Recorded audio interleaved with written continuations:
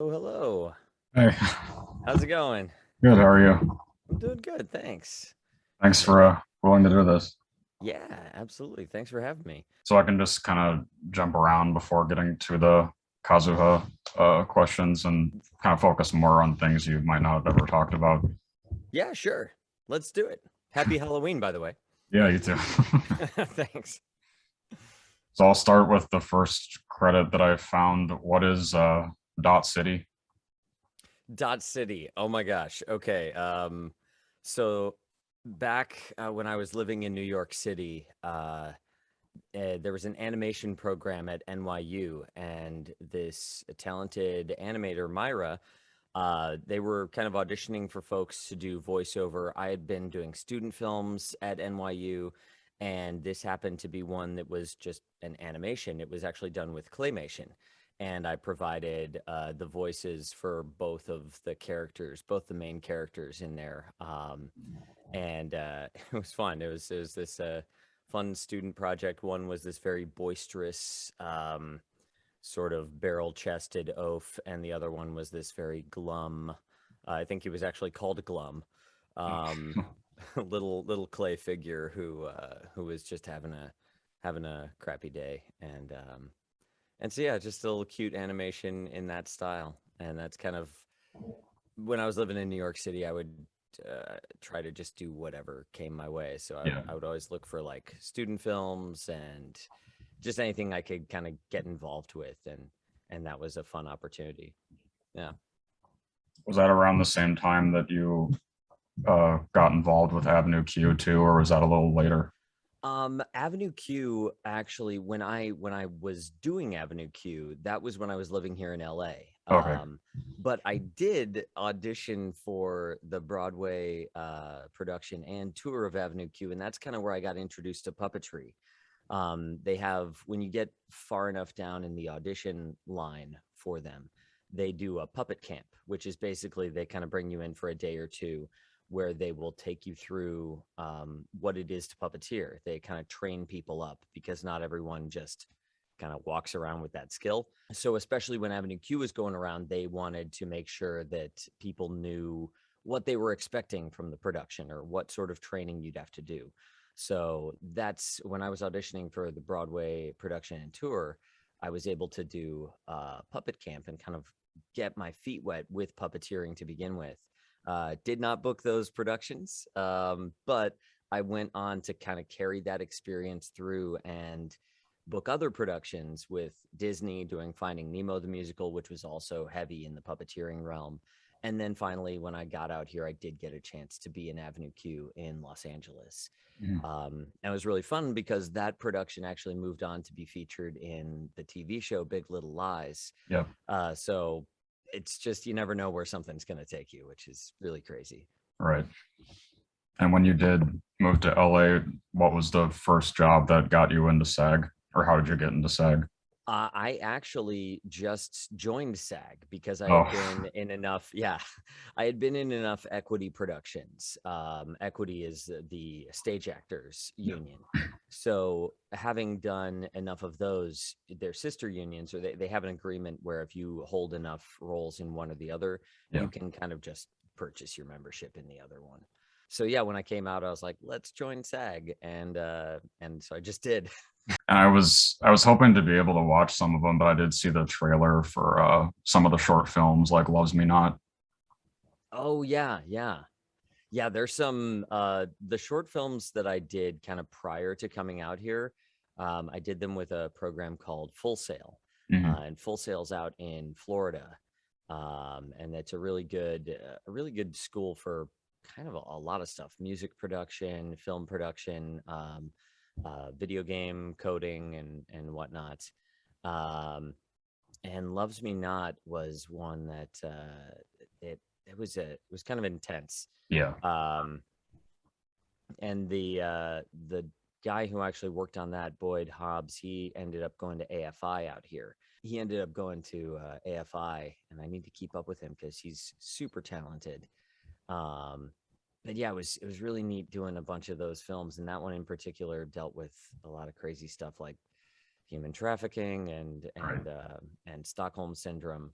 So that was an intense production, and especially like intense and sensitive material to approach for anyone, let alone to be doing as like a student thesis. But they really paid a lot of close attention and respect to it, you know, as much as you can. And so I think with that in mind, and with all of what they were doing, they approached the subject in a very respectful way, and I think they did a good job of you know, bringing it together in that story and shining some light on something that sadly still happens a lot. Mhm.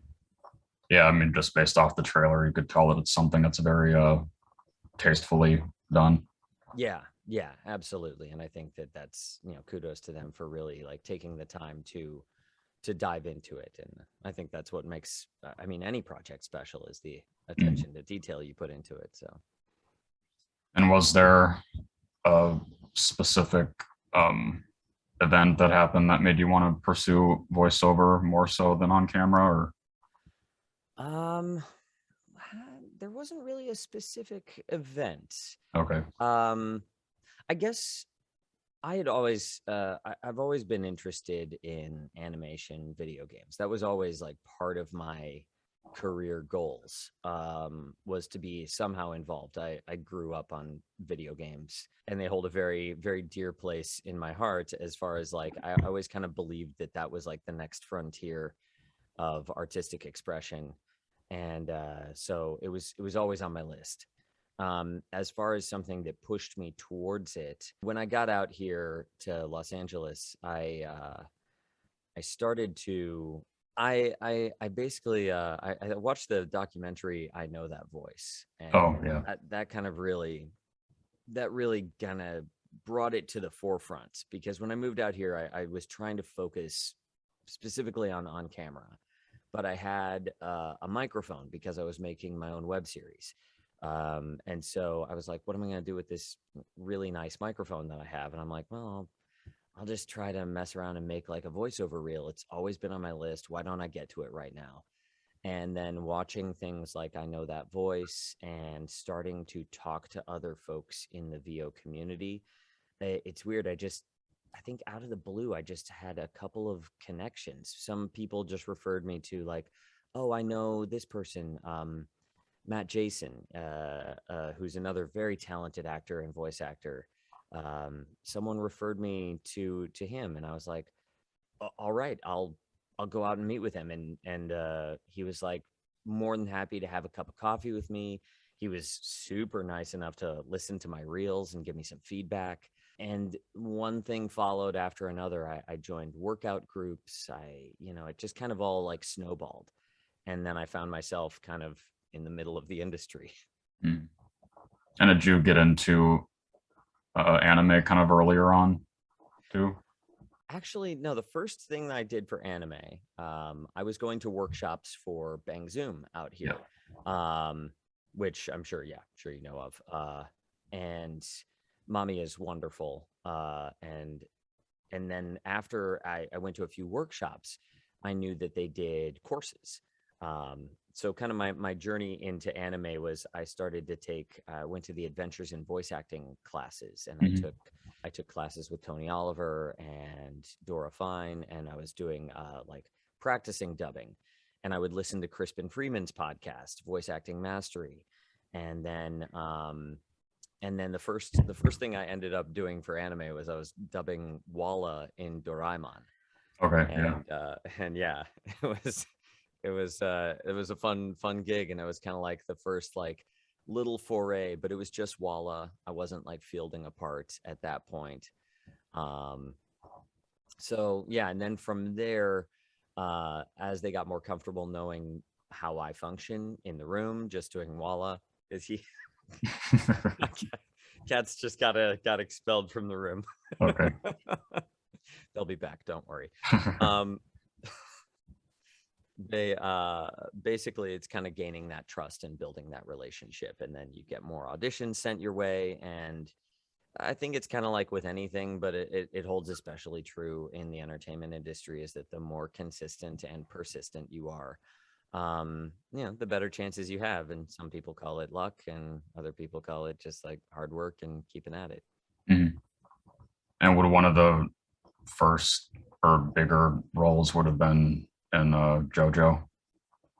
Yeah, JoJo was one, and then yeah, definitely Mikitaka was one of them. What was the Surumaru in Token Ranbu was another Oh, one of right. like, Yeah. yeah, that was like one of the larger ones. That might have been around the same time as Mikitaka as well. But yeah, both of those were like, and Flutter in Hunter x Hunter. Hmm. The timeline is now a little foggy in my own head, but it was like all three of those kind of like happened at once, and suddenly I was like, oh my gosh, I'm like playing parts. This is super cool. I'm like being trusted with roles. So so yeah, that was like suddenly a nice like launching pad into doing very different characters as well. I mean, they all were kind of like very different beasts to Mm. approach. Yeah. And one of my personal favorite anime roles of yours that I hadn't really seen you talk about so far is Enchu in Muhyo Rohji. Ah, thanks so much. I loved playing Enchu. That, yeah, yeah. I wish that show got a bit more press.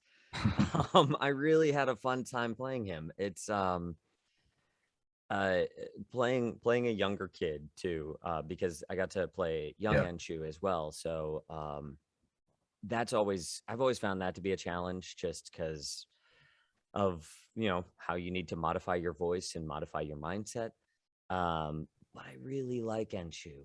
I like kind of his sort of like muted insanity Right. that's like kind of just simmering underneath, and this he seems just like a little nuts, and he's like keeping this bad company. But I also like how he doesn't he's I don't know, he kind of disparages his, oh god, what's the name of his the guy who's always around him, the spirit. Oh, yeah, um I'm kind of blanking. yeah, I'm kind of blanking too. But they have like a fractured relationship as well, Right. right? Like they're friends or allies for a purpose, but then Enchu uh really kind of kicks him to the curb a couple of times, and so there's a lot of friction between them, and then this driving force of Muhyo being this thorn in the side of him, Hmm. but not born out of nowhere. As all good anime, they have tons of backstory for why they got to that point in time. And I always love that. I love someone who I love the idea of someone who could have been a force for good, or could have been a lot better than they are, somehow being corrupted, um, and playing that, Hmm. playing against that better nature. Kind of like Leon in Fire Emblem. I feel Right. like it's not a totally analogous journey, but similar in structure to someone who is well intentioned, and better things may have happened, but they take the dive into a little bit of a darker place. And that does make me think to ask, what is the darkest emotional headspace you've had to get into for any kind of voiceover role so far? Ooh, that's a good question. Good Halloween based question. I'm gonna take a moment to think about it. I'm gonna answer something that came right off the top of my head. Okay. I make a podcast called The Theater of Tomorrow, and we were doing a series called, it's a sci-fi anthology, Hmm. and one of the characters that we were doing, or one of the storylines, was called The End and How It Began, with an exclamation point, because we're goofy. But basically, it's kind of these little found footage tapes of how the world is ending, or things that have transpired and left a very empty planet. And I actually created, with my writing partner, I was like, we need something to kind of like create a through line for this story. And so I created this character who is like, you ever play Fallout? Yeah. Okay, in Fallout 3, when there's like a that radio DJ who's kind of like shock jock, and he's like radio DJing out across DC Oh, as right. like a last survivor. I took like a little bit of inspiration from that, to say, what if we had this character who's kind of out there in this wasteland, trying to connect with whoever else is around. So with that inspiration, I started to kind of improvise this intros and outros to this found footage. This person who was hopeful or really felt fervently that he was like part of the resistance and that he was going to gather humanity back and everything was going to be fine. And of course, by the end of the episode arc, he kind of has this like brash persona, like definitely putting on this character, and you believe that, you know, he doesn't really let up on it, so we don't believe that it's not him. But by the ending episode, instead of coming in with his usual announcement, it comes in with him just kind of like in a very somber place, speaking as a normal human being. He kind of drops the bravado, he drops his act, and we find out that he's going to kill himself because he's kind of realized the truth of what's happening and that it's hopeless and that he's been wrong all along. But trying to do that, I remember, because it was also just, again, all improvisation, but I kind of knew the character by that point, and I knew it was interesting just kind of having so much hope for something that could happen and having so much confidence that you were right, and then like kind of just closing myself up in the booth, and it was like pitch black in there. I definitely didn't turn any lights on. I wanted it to be a very dark space, and I just left the mic open, and I just tried to, like, you know, take a deep breath and let myself sink into that place, and really take time with the takes, take time, not even takes, I took one take on it, but just to take time with that journey. And I thought it came out really well. I mean, I'm really proud of it. I usually don't toot my own horn on things, but I am very proud of that moment, because getting to that point where he's this very seemingly brave person is suddenly so vulnerable and small. I'm proud of the outcome. Yeah, it's a really I mean, I always like asking that question, but that's a really interesting, complex answer. Yes. Didn't mean to talk your ear off about it. Oh, no, it's okay. I can imagine this is on like the complete opposite of that, but would like the most fun you've had with the voiceover role so far be in the Home series? Yeah, definitely. Home is so goofy. I got to play so many crazy characters on that, because I was able to do a lot of additional voices, which is fun. That was like one of my first big VO jobs, period. Yeah. So I had like no credits before I got home, and the production team, God bless them, they believed in me, and I can't thank them enough for doing that. But it's funny, I was kind of an unknown quantity. They didn't really know what I could do, and I was there with these huge players like Nolan North and Tom Kenny, and amazing actors. But seeing them, I started to kind of step up to the plate, and I think as the production team saw that, they were like, well, why don't we just have Mark do this other voice? Why don't we have Mark do this one too? And I would try to like volunteer when I knew that I could like offer something useful and inspired, that I was like, hey, let me try this out. I just made sure to pick my battles and do it when I felt like I had something good to offer, but it was a really open, creative space, and it allowed me to kind of do a lot of crazy things. Like I really wanted to play the Kubish, which were the little like llama creatures that are in that, and so I worked really hard on doing on like having a different Kubish noises that I could offer up for them one day, and I did, and they were like, all right, yeah, whatever, let's do it. So yeah, it was such a fun show to work on, and God, it went on for a good long time, so I got to like play around with that for a while. Yeah, I did I did watch both the little reels that you had on your website specific to that show, and that was really funny. oh, thanks. Yeah, there's so many good moments from that show too. Oh God, So many weird characters. Mhm. And in terms of your um, more popular long-running anime characters, do you think that you have more affinity with Seth or Ren Goku?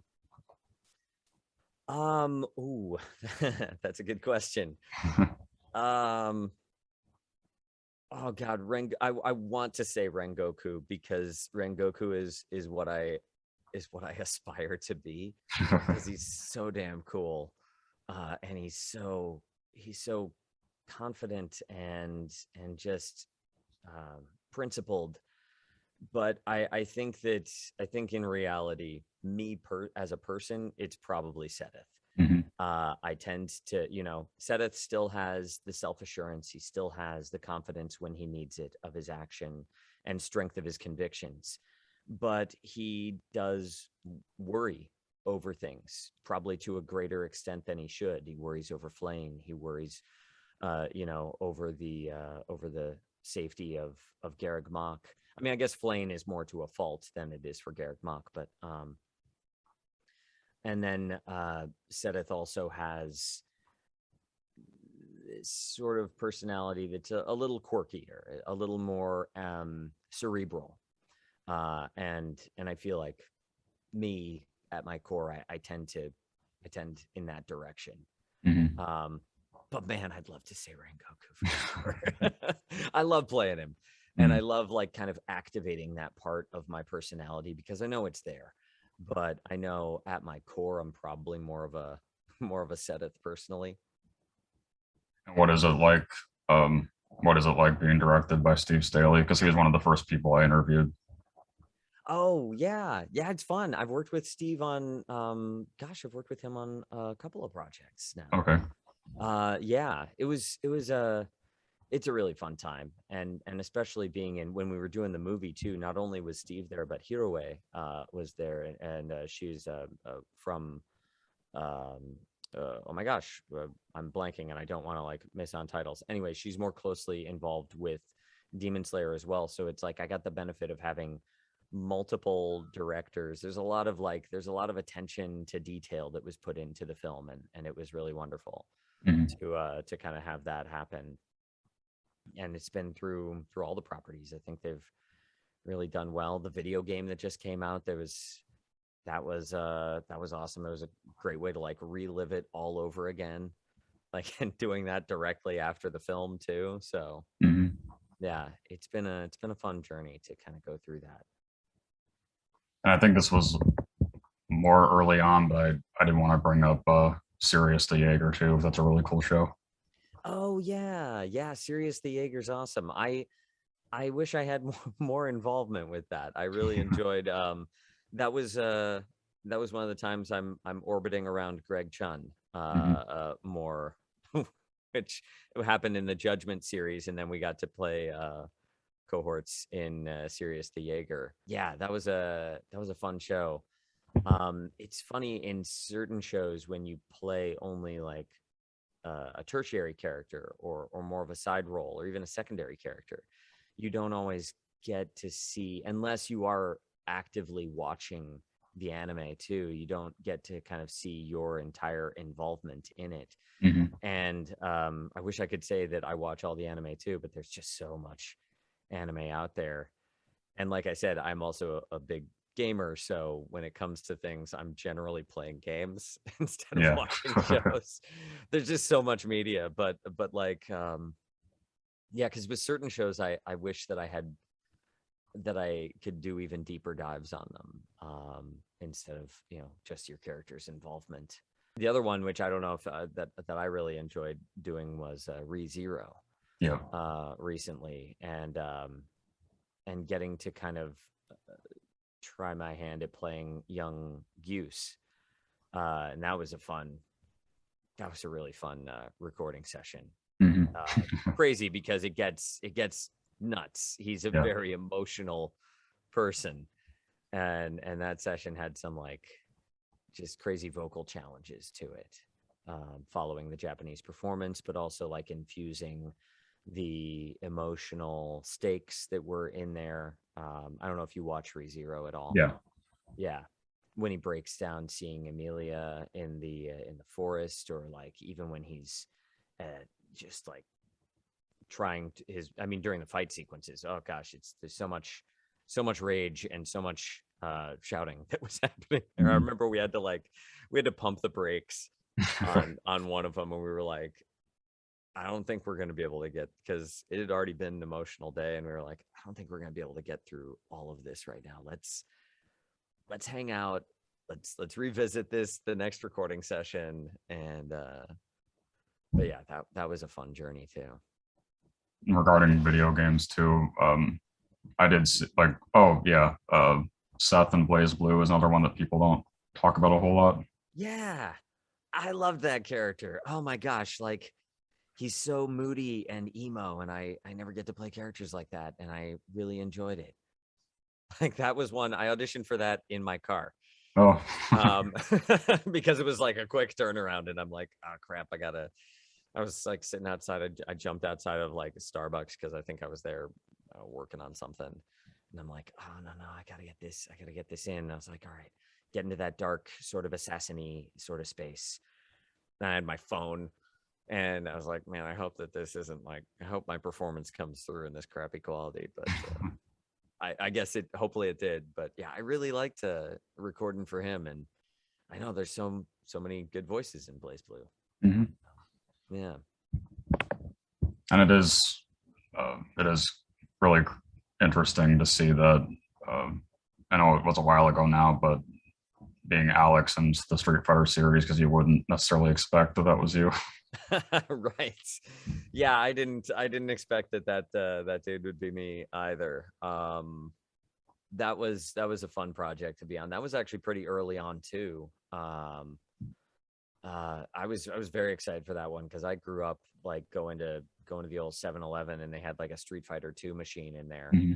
And playing that was part of my childhood. I was super excited to go to 7-Eleven or to like Shakey's and Shakey's Pizza and roll up to the arcade or like Round Table. Went to a lot of pizza places when I was a kid, and he already had an established voice. They wanted to go a little younger and moodier with Alex because he's obviously younger. It's pre Street Fighter 3. That was when I discovered there's a lot of good resources. YouTube is obviously a treasure trove of like accents and personalities, and being able to like watch people to try and mimic them. And there's this dude, this cop from New York City. His name's Steve Osborne, and I would just listen to. He does a lot of stories for the Moth Radio Hour, and but he's just got this rich, perfect New York accent, and he's just it just kind of really puts you into that place. And he's like a cop, so it's very, I don't know, he has a very easy manner about him. So I would just listen to Steve Osborne a lot and try to like gain whatever inspiration for the New York vibe that I could from him. This is another more recent anime series that doesn't get a whole lot of talk. Ingress. Yeah, Ingress. Right. That was did you watch it? Yeah, I've seen some of it, yeah. Yeah. That was a fun series. I really like playing that character too. God.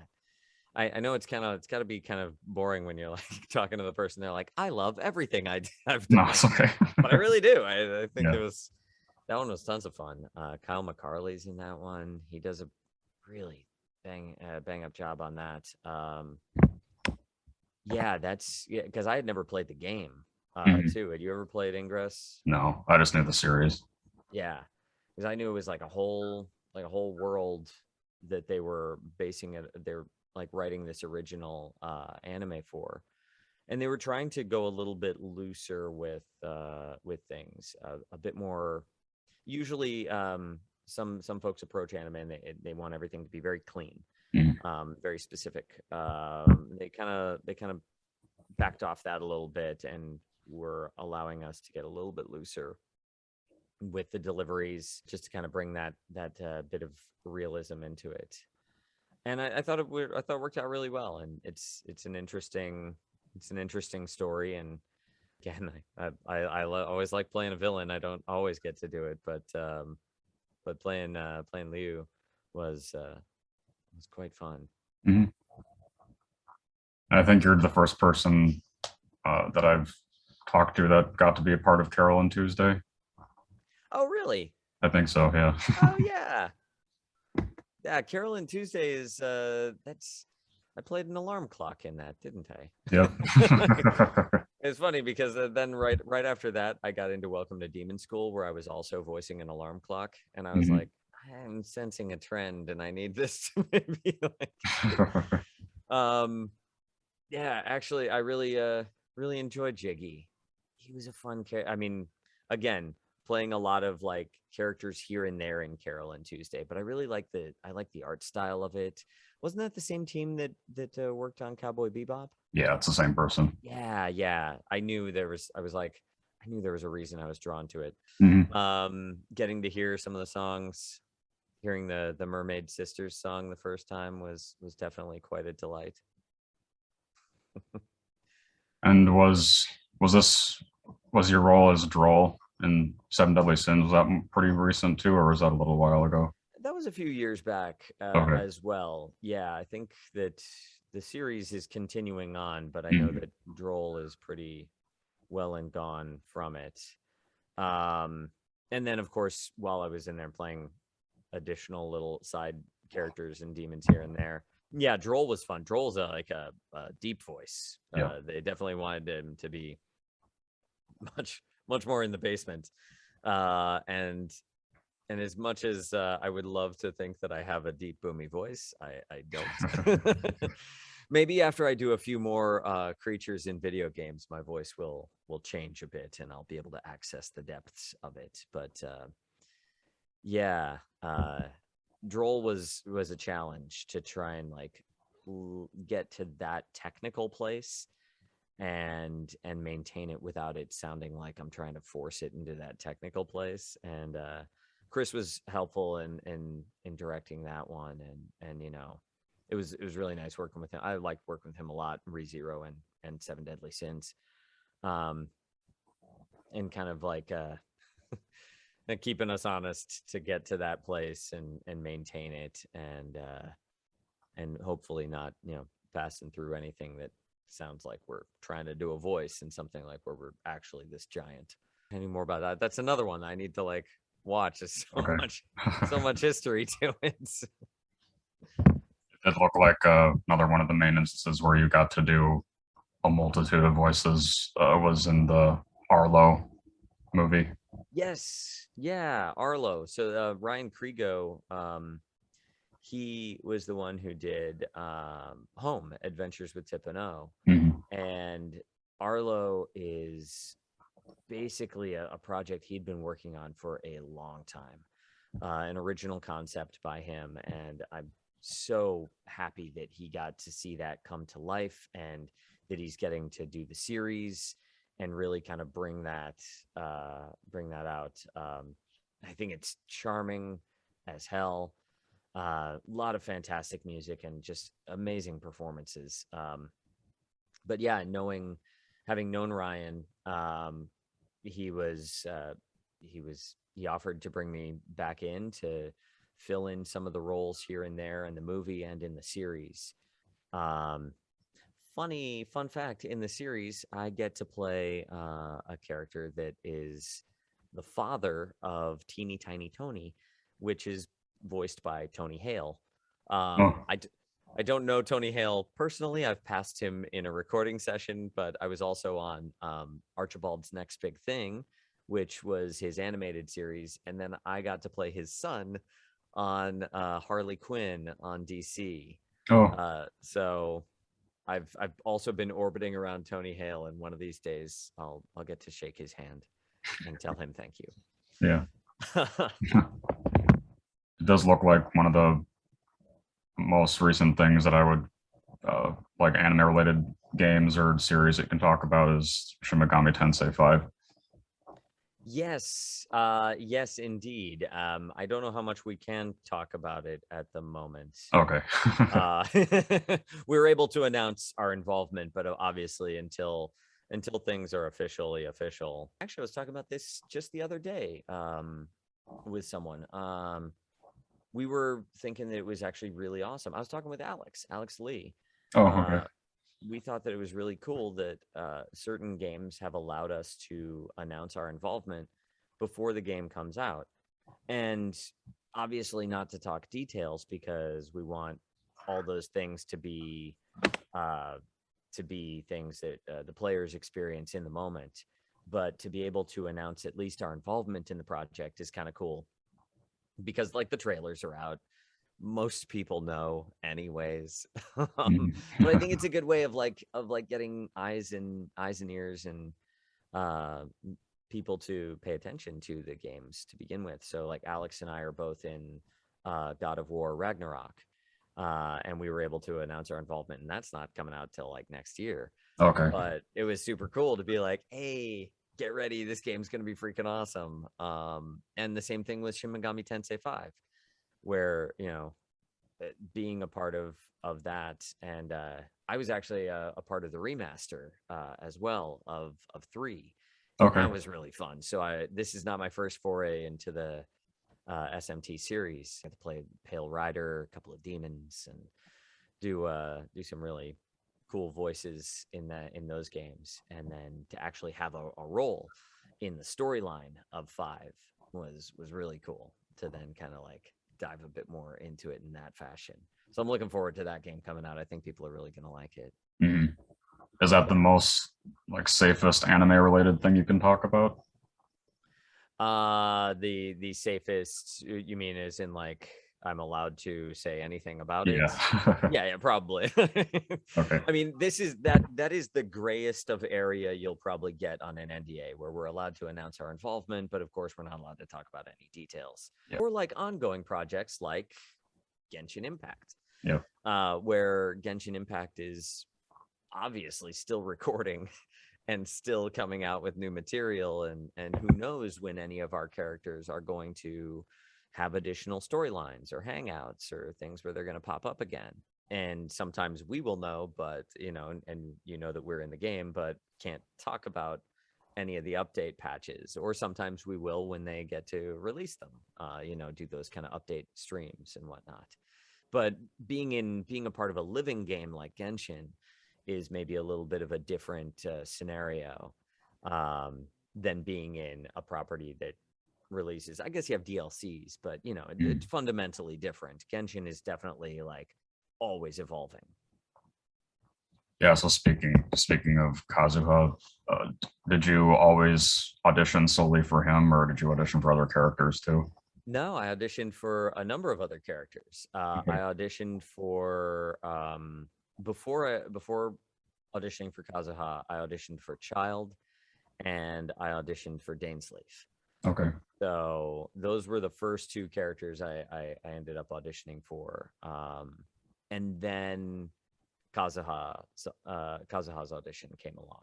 It was actually called Kashihara Kazuha instead of Kaedehara Kazuha, which was interesting. But his name changed to Kaedehara. Yeah, I mean, I enjoyed the other characters, like auditioning for Tartaglia was fun, and Dainsleif. Both of them were I thought fun characters, but I actually think that like Kazuha is just a perfect match. I couldn't have asked to play a better character than him, and I just there's so much about his character and personality that I just love. Again, it's kind of one of those things where you're asking Rengoku and Seth, and I think like adding Kazuha into that conversation. He's not cerebral, but he is, being very poetic and very wise and kind of attuned to nature and attuned to just kind of the flow of time. It's almost like, of course, he comes from Inazuma. He has that very eternal feeling about him, and especially when he speaks in the poetic way that he does, and kind of talks about that sort of the worldliness of wandering, of traveling, of kind of being tossed about by the winds, by fate. Has this beautiful quality to it where I know that I probably still inhabit more of Seth's personality personally, Yeah. but I know there's a part of me that really vibes with with uh with how poetic he is, and the meaning uh behind that, being able to kind of sink into that very calming space and open yourself up to nature, to fate, to things like that. And so Kazuha was just definitely one of my favorite characters that I've had the chance to play to date.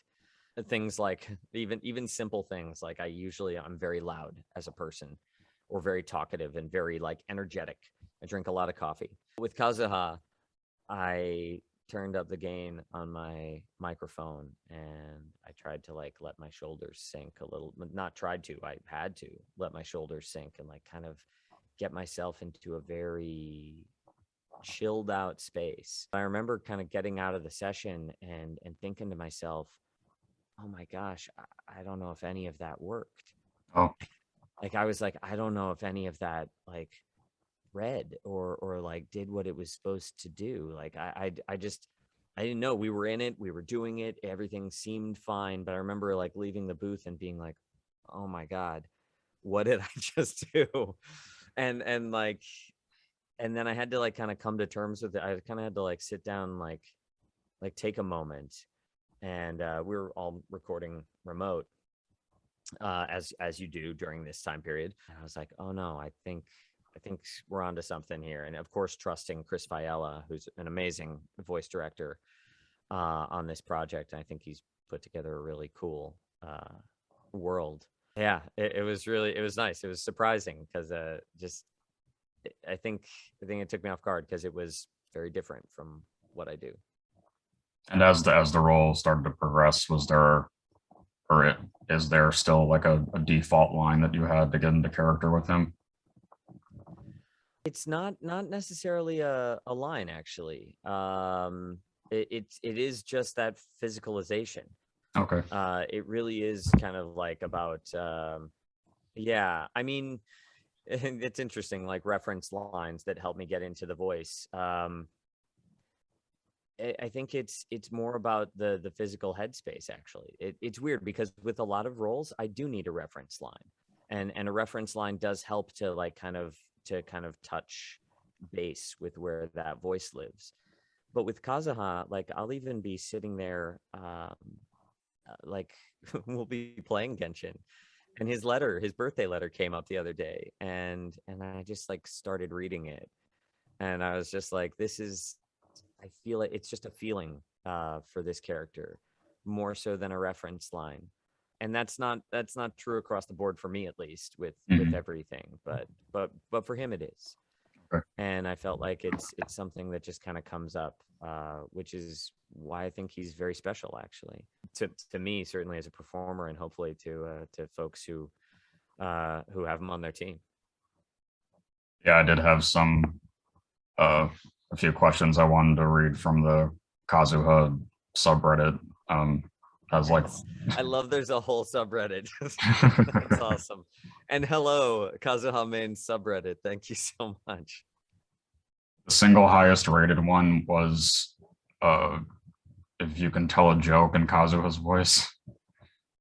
If I can tell, oh gosh, I'm terrible at telling jokes.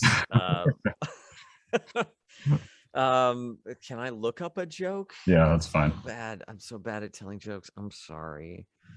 What is the difference between a piano and a fish? You can tune a piano, but you can't tune a fish. That is terrible. I hadn't read through to the end of that one, so when I got to tuna fish, I was not expecting it.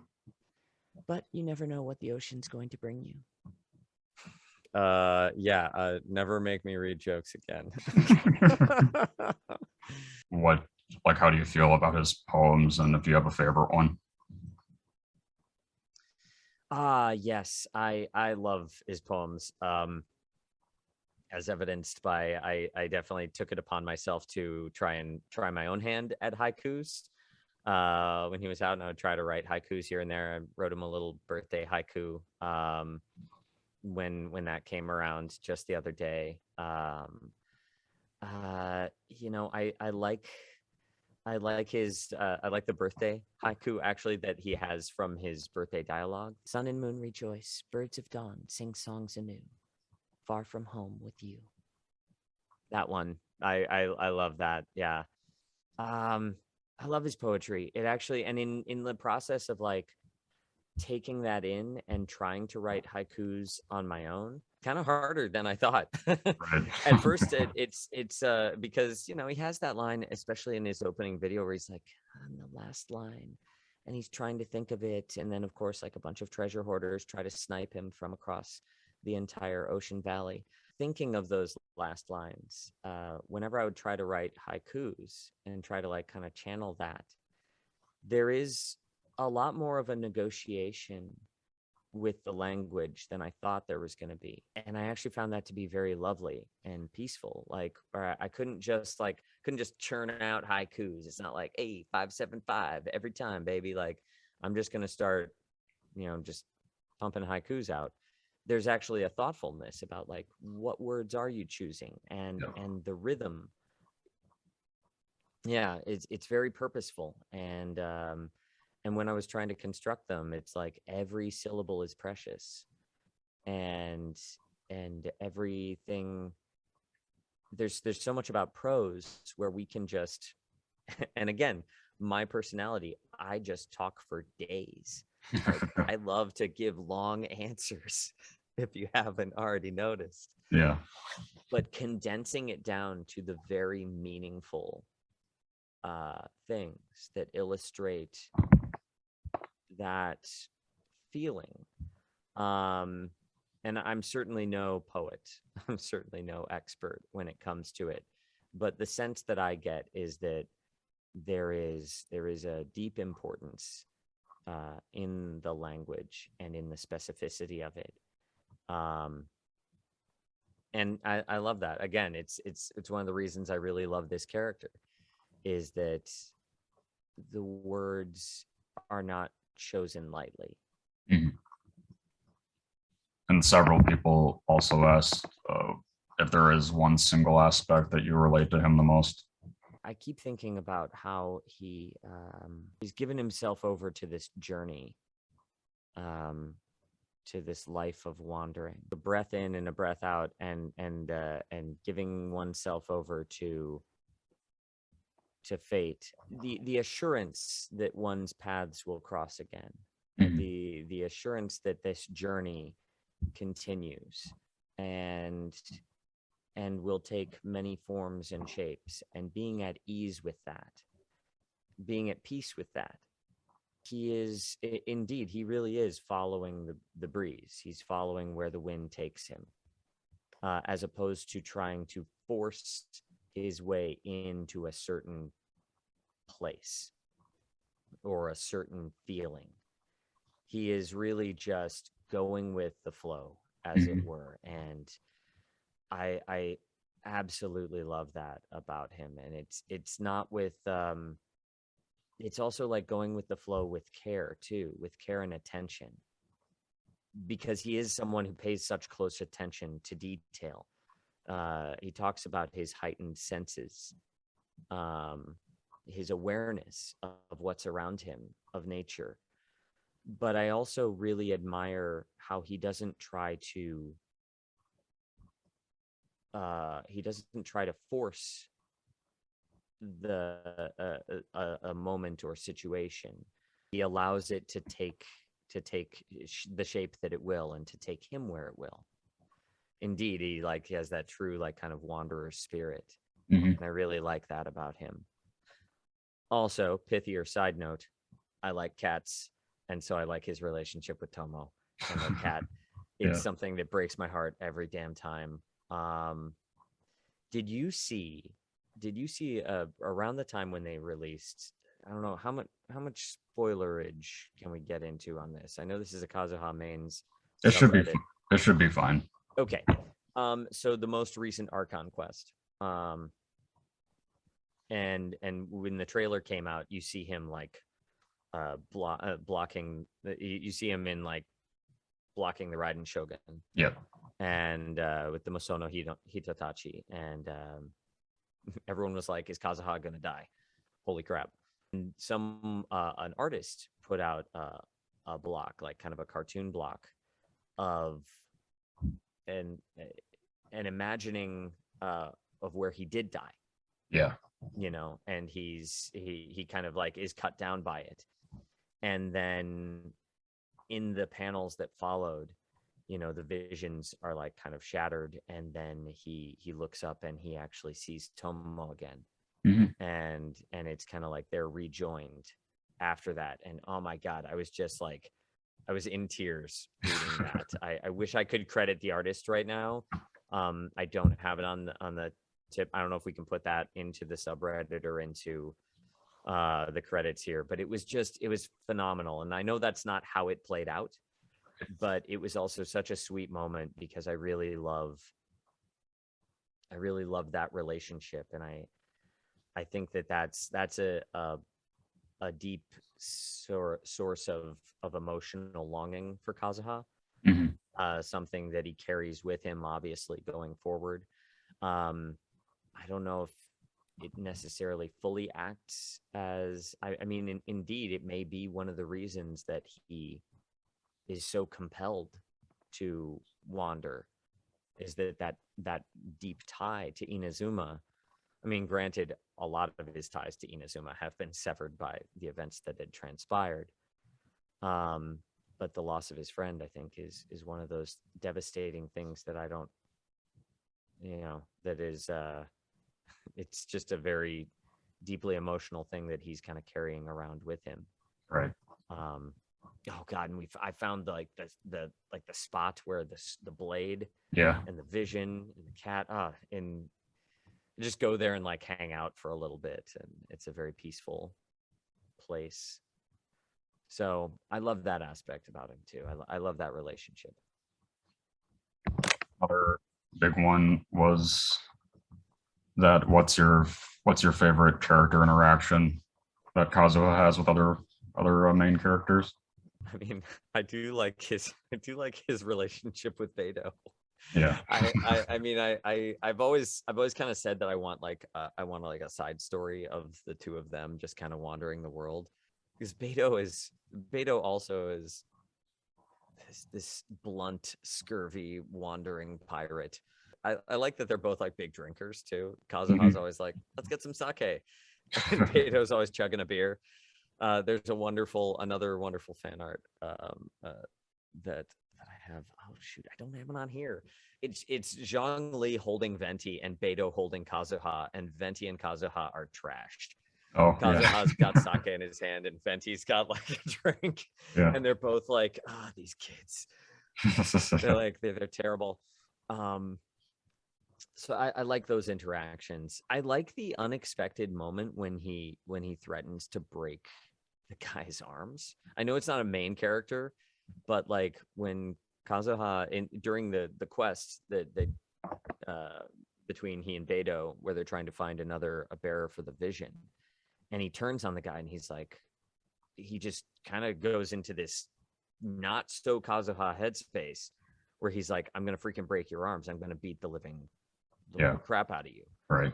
And everyone's like, whoa, what's going on, dude? I mean, even we had to stop the recording during that time.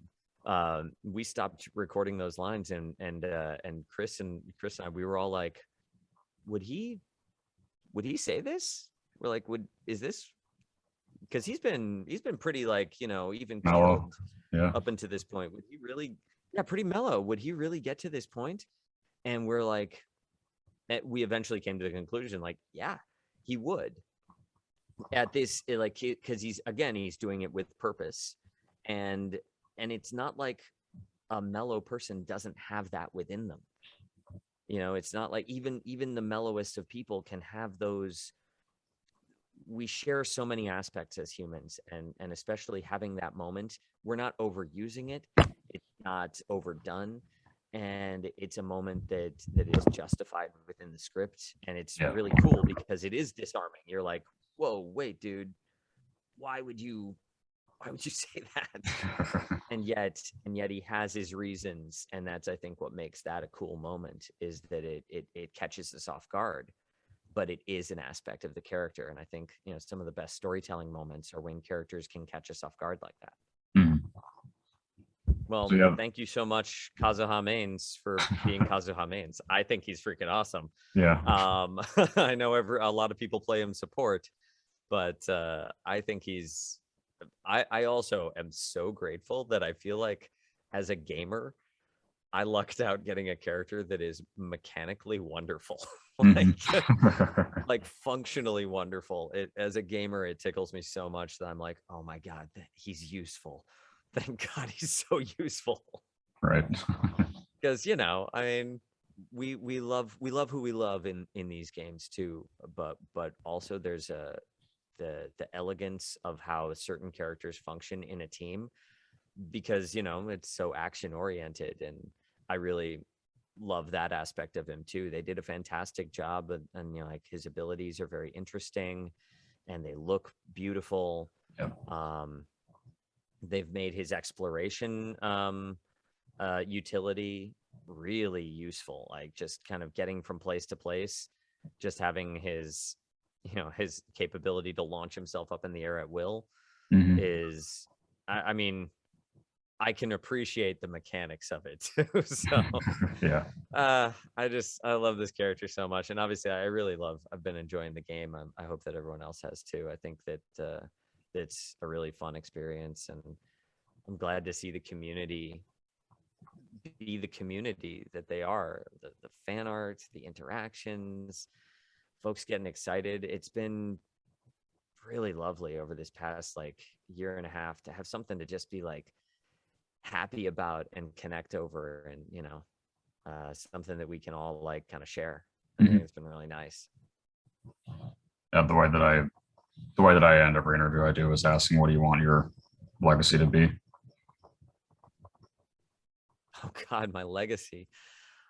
Wow, that's glad we're going with the surface question. That'll be good to leave on. I hope that folks that have heard some of the work that I've been lucky enough to do, that whatever the projects are that I've been involved with have made people smile, made people feel a little bit of comfort, maybe helped you get through a bad day. I think if my legacy can be that I made the world a little bit happier or a little bit more comfortable, and made your day a little bit more exciting, and or easier to face, I think that that's great. I love that if we can just bring a little bit of happiness. So I don't know, it's a small goal, but I think it's also really huge, and I think I've seen that a lot of folks already. I take this back to Demon Slayer, actually, and Kazuha, because a lot of folks have reached out and said that these are comfort characters. And they've expressed that there are comfort characters all of us, and I think having something like that is a really fine legacy. And people saying even things with Rengoku, that someone came up to me and they were like, hey, when I heard Set Your Heart Ablaze, it really helped me deal with some really dark times in my life, and thank you for that. And I don't know what else I could ask for.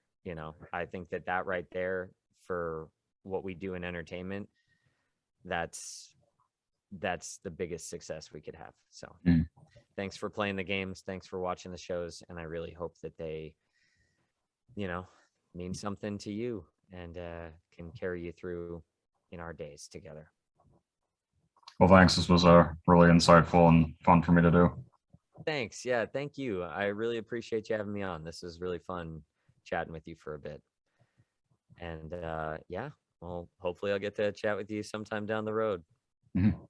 I'll be sure to, if you want to see it, I'll be sure to send it to you once I have it up too. Cool. Love it. Alrighty. Well, my thanks to you and to all the Kazuha mains out there Yeah, and thanks. everybody else too. Thanks for joining us. Okay. Take care. Bye.